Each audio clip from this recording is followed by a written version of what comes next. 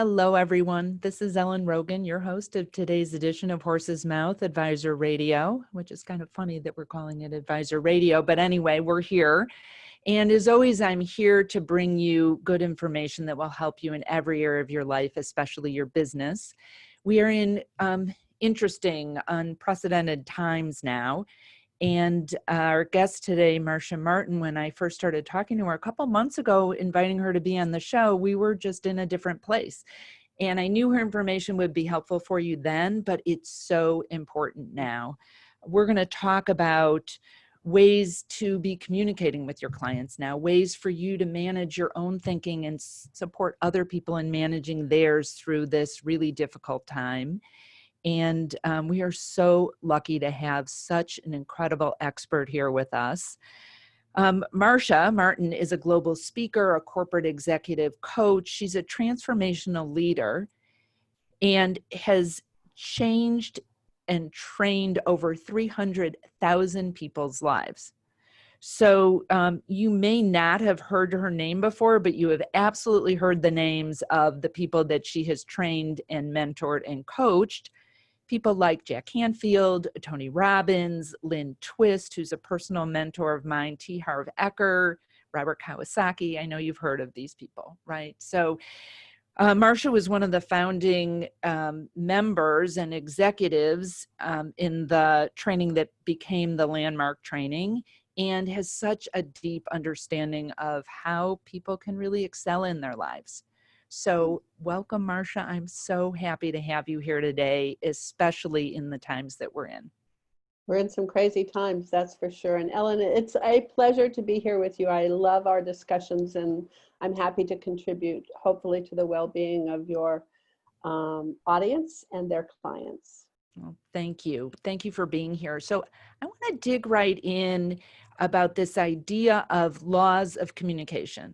So advisors now are deep in communication, hopefully, with their clients who are in either confusion or fear or whatever people are feeling right now. And as the advisors probably are experiencing the same things themselves. So what are some important things for us to know? Awesome. So I'm sure they're talking about money, and they're talking to their clients about their financial security and different things to do for their future.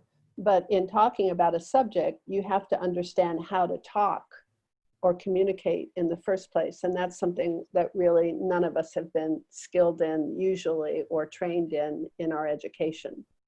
And there are laws in communication, just like there's gravity, and gravity works a particular way. And you learn the laws of gravity, and then you kind of organize yourself around the laws of gravity. You don't say, screw gravity, I'm going to take off the 10th floor today and forget the door downstairs, and who cares about gravity? You actually organize your life around gravity. Mm-hmm. And the laws of communication are less dense or less obvious. So we don't get the same impact. It's not like, for example, we end up on the cement floor below and we say, oh, I should have listened to the law of gravity. It's less in our face when it doesn't work. But if we don't follow certain laws, it doesn't work, just like when we don't follow the laws of gravity. So there's two main, big, fundamental, foundational laws of communication. The first is presence, and the second is space. So let's take presence. Most people aren't home. What I mean is they're not usually in present time, where we have minds and emotions that we tend not to have disciplined, and we let them wander and we let them do their thing, and we let our mind and our emotions manage us rather than, training them, just like we would train a child. Well, it's kind of like most adult human beings have a mind and an emotional structure that's like a juvenile delinquent. It hasn't been trained. It's taken off now. It's doing its own thing. And so we just consider that's the way it should be, but it's not. We're in charge. We are the ones that create what we think, the quality of our thinking. We are the ones that choose which emotion to respond to situations. It's not the situation itself or the event itself that makes us respond in a certain way. That happens because it's an automatic trained behavior. So if we're irresponsible about training our mind and our emotions, then an event kind of happens and we get used to responding to the event rather than saying to ourselves, how do I choose to respond to this event? I'm in charge here. So one of the key things that you have to get good at is being present. And people aren't present. They're wandering around in their head. They're thinking about the past. They're worried about the future. And especially in times like this, your audience's clients are going to be not present. They're going to be worried. They're going to be racing their minds. They're going to be in their emotions. They're going to be thinking about something they're afraid of. They're going to be concerned. They're uncertain. So one has to be good at getting somebody present. And the way that one does this is any way one can.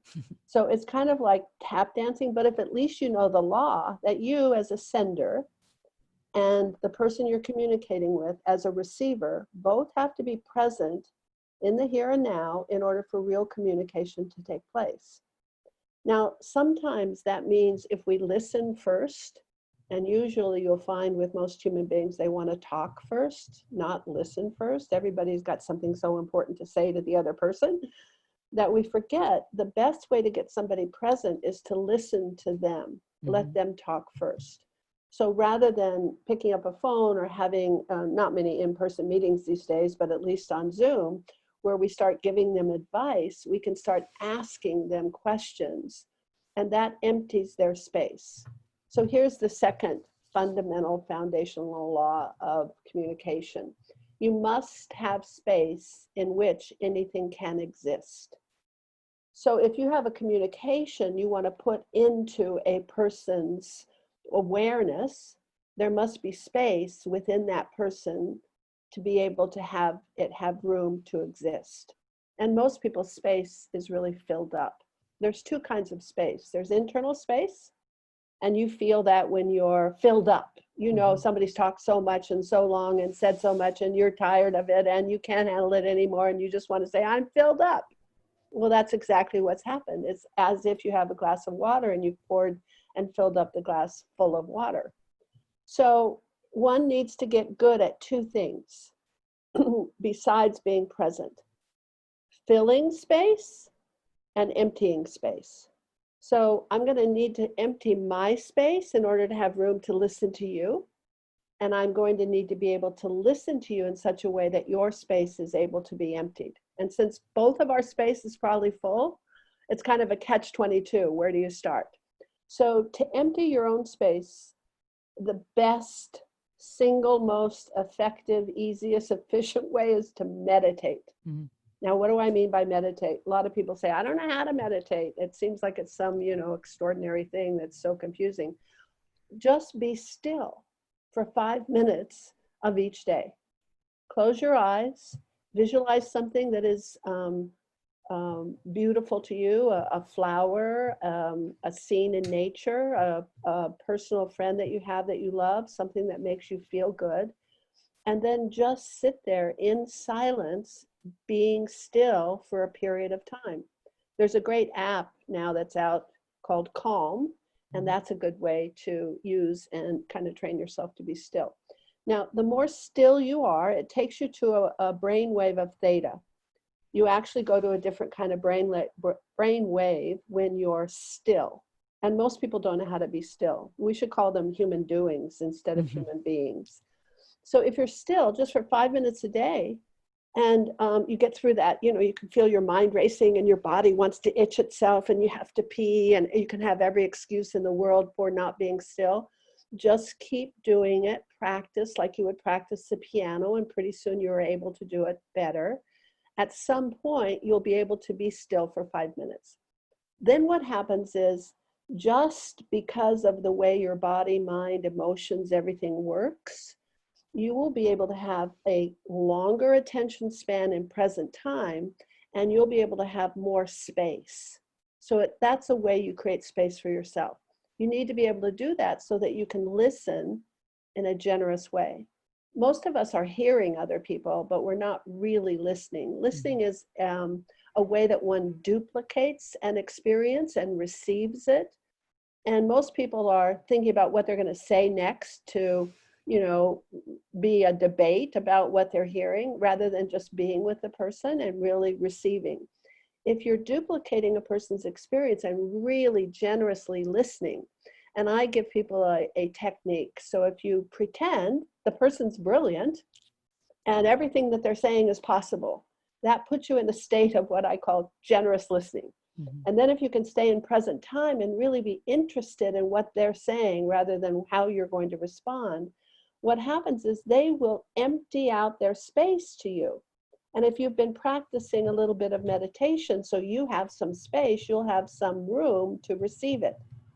Now, if you empty their space, it's like pouring the water out of the glass of water. You have more space in the glass. Now you can put something in.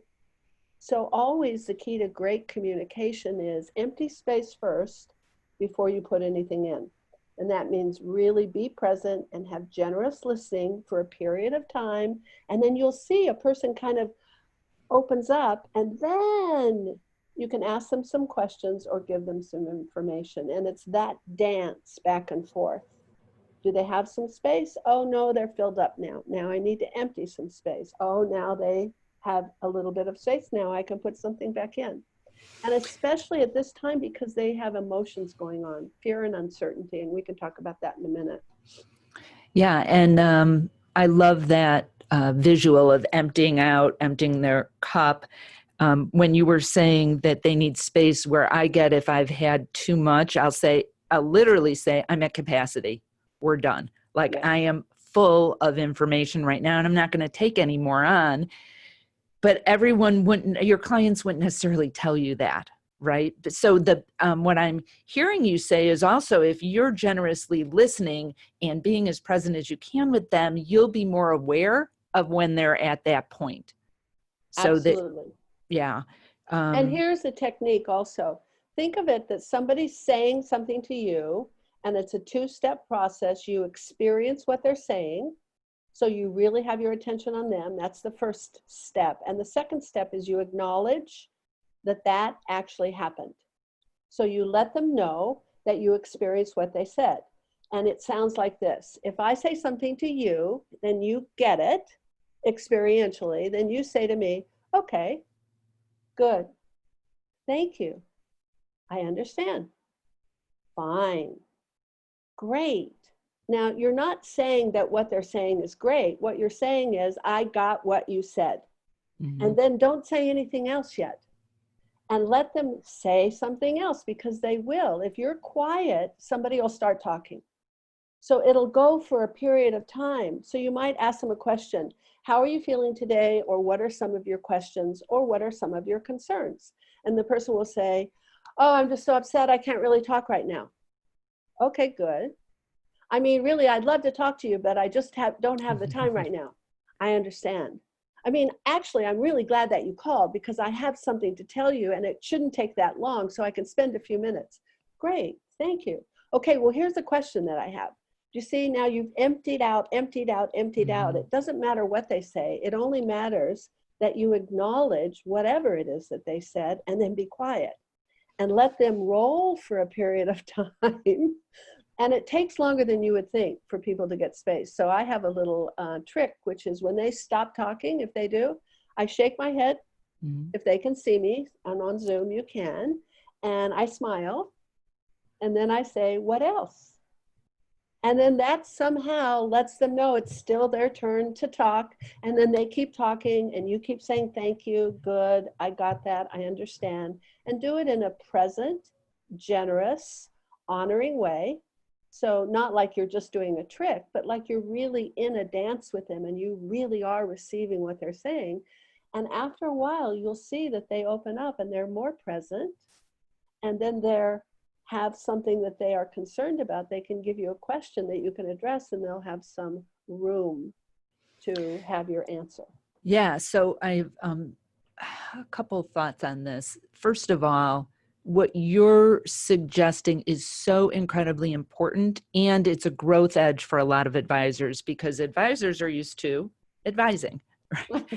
And sharing their information and wanting to make things better by their fixing things. And right now, probably always, okay, these are tools that you can not just use today. They're probably highlighted, but it's a muscle that you can build today. What you're explaining, people will feel, they will feel better at the end of the conversation with you because you've allowed them to, as you say, empty. And what I love about that point, what else? It reminded me I'm on a board of a bank in Chicago, and the CEO there is brilliant and very busy. And whenever I meet with him, he always makes me feel like he has so much time for me. And he'll say that, what else? I'll be done and he'll be like, what else? What else are you thinking? And it is really generous because like I said, it makes me feel like I'm so important because I know he's busy. So I love that for so many reasons besides all the connection reasons. And for you listening, like, what a great thing to practice. And it may not feel comfortable at first. And Marcia, I know we're talking about business, but my strong feeling on this is if they do this with the people that they live with, if you're living with someone. So good. Yes. It makes So it a whole, good. yes, so good. Sometimes we just need to be heard or let things go or really, or also really hear what the real issue is. Yes. Now I have some guides, kind of basic ABCs, but you Perfect. wouldn't realize how simple they are, but how profound they work. So one is this whole presence, make sure I'm present as the sender, make sure they're present as the receiver. Be willing to create space first.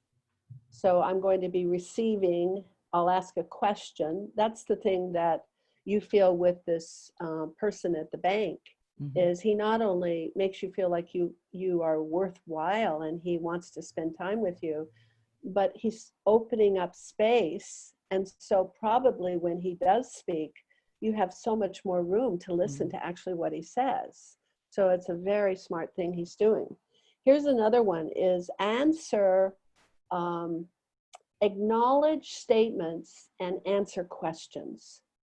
So think about that. So a question sounds like a question, like how much money does this course cost?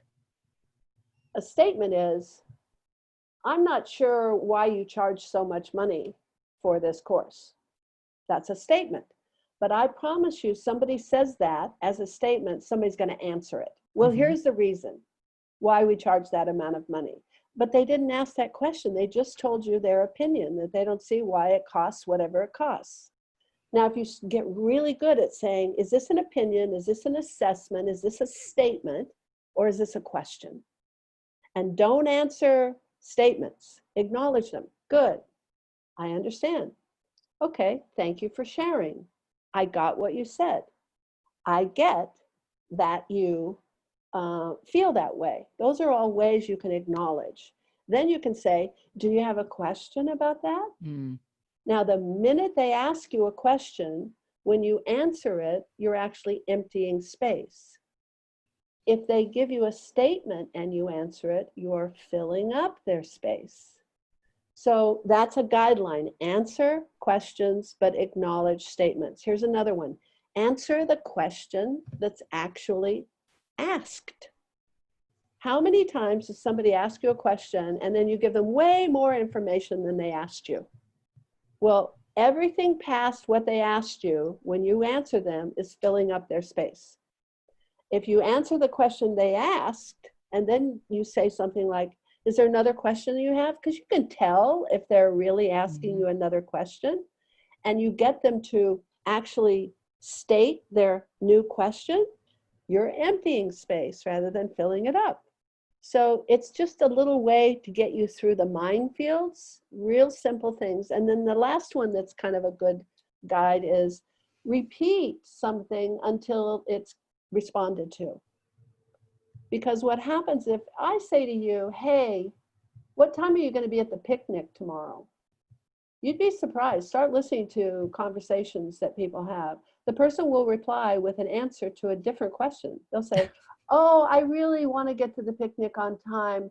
I was thinking that I was going to leave by my car, but then I thought, well, maybe my husband should pick me up. Now that has nothing to do with what time you're going to get to the picnic. Do you see? So you acknowledge that. Thank you. Good. I understand how you feel. Well, what time did you think you were going to actually get to the picnic? And you repeat your question till it gets answered, because until it's responded to, it's in the space. So this becomes a dance of being present, generously listening, and seeing when there's space and when there's no space. And then being adept or expert at how do you take something out of a space from someone else, and how do you create space for yourself so you can receive. Okay, so I have so many more questions on this, but in the time that we have, I also want to make sure we touch on like the fear that people are feeling. Oh, yes. Because good. that's where we're at now. We can have you back on if you're available, Marcia, because this, Yes. like I said, we could go another hour and a half, but we could probably go days with your background. And I'm sure you do train people on this for days. But so let's talk a little bit about the deep fear and anxiety that so many people are feeling, whether it's all the time or it just flows in and out. How we deal with that with ourselves and the people we're working with and living with. So people are in a condition right now we call uncertainty. And in uncertainty, there's confusion and fear. And everything exists in a condition. And depending on what you do in the condition, there are certain formulas for each condition or certain ways to respond when you're in that condition. And if you do the wrong thing, you go the opposite way. So if you do the right thing, choose the right formula, you move up conditions. So let me explain it like this. If something is starting, so if a person has a new client, they're in a condition we call non-existence. Non-existence is where everything comes in. It all starts with non-existence. If you start a project, if you have a new relationship, if you have a new promotion or a new position, if you have a new team, if you have a new client, that relationship is in a condition of non-existence. Usually we want things to go up. So it's like something comes in at a condition of 0. It can go up to +1, +2, +3, or it can go down -1, -2. Now, uncertainty is -1.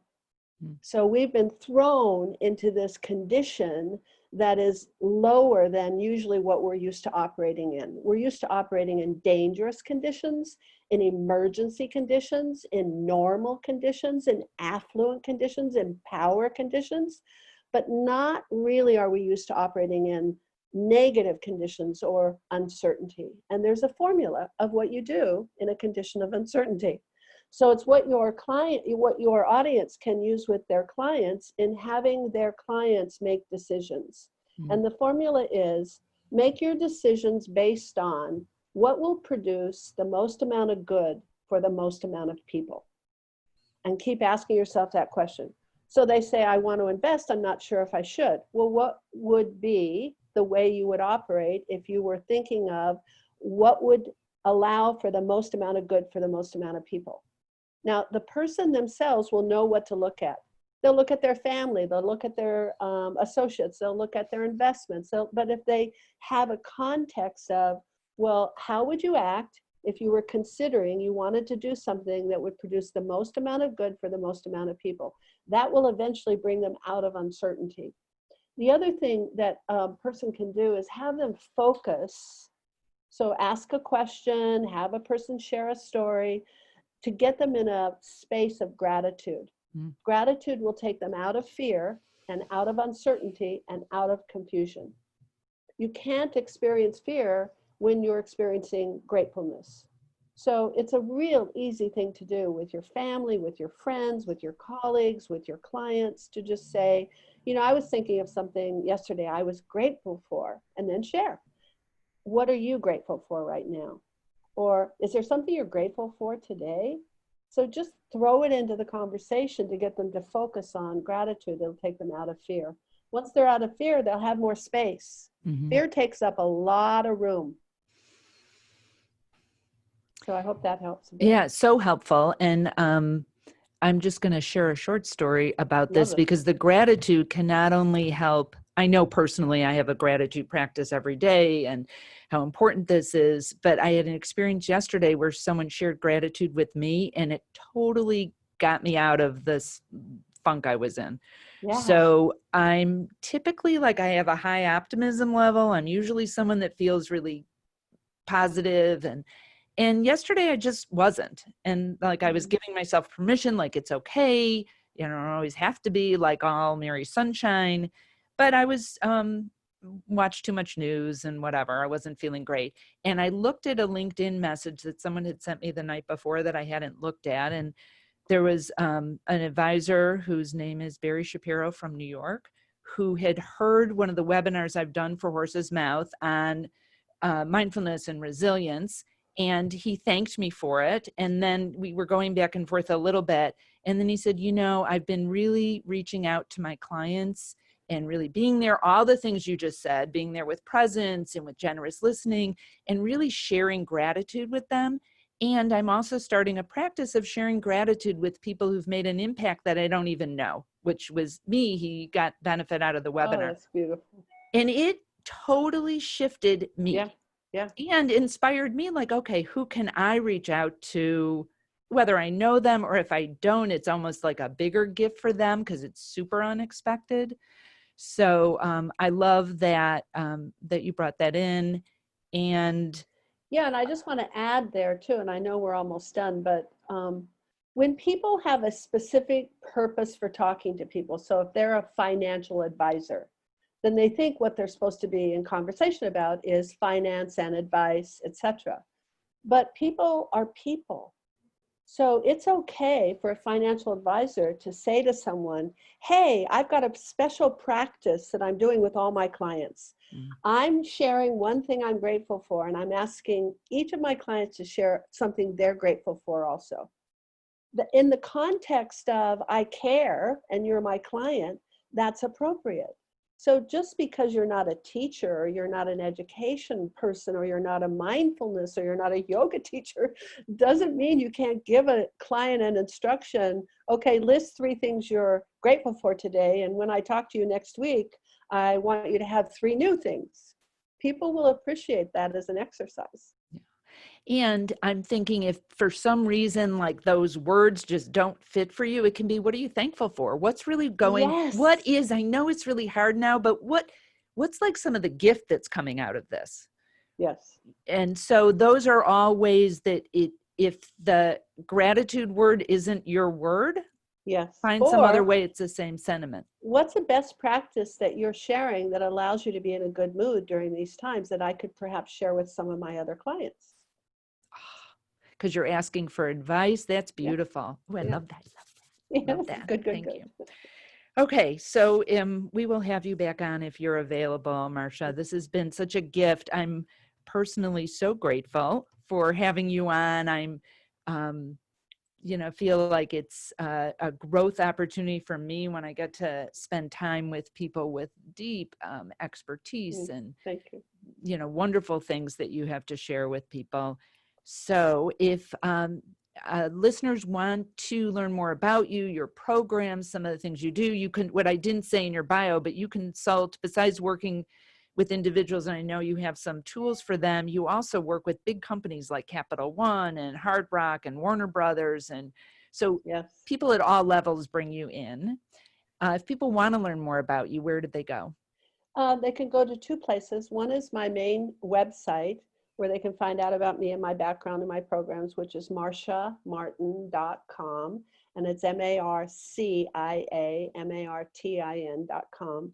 And then I have a special program that's just launched in the last few months. It's really, really good for people, I'm finding. And it's my club.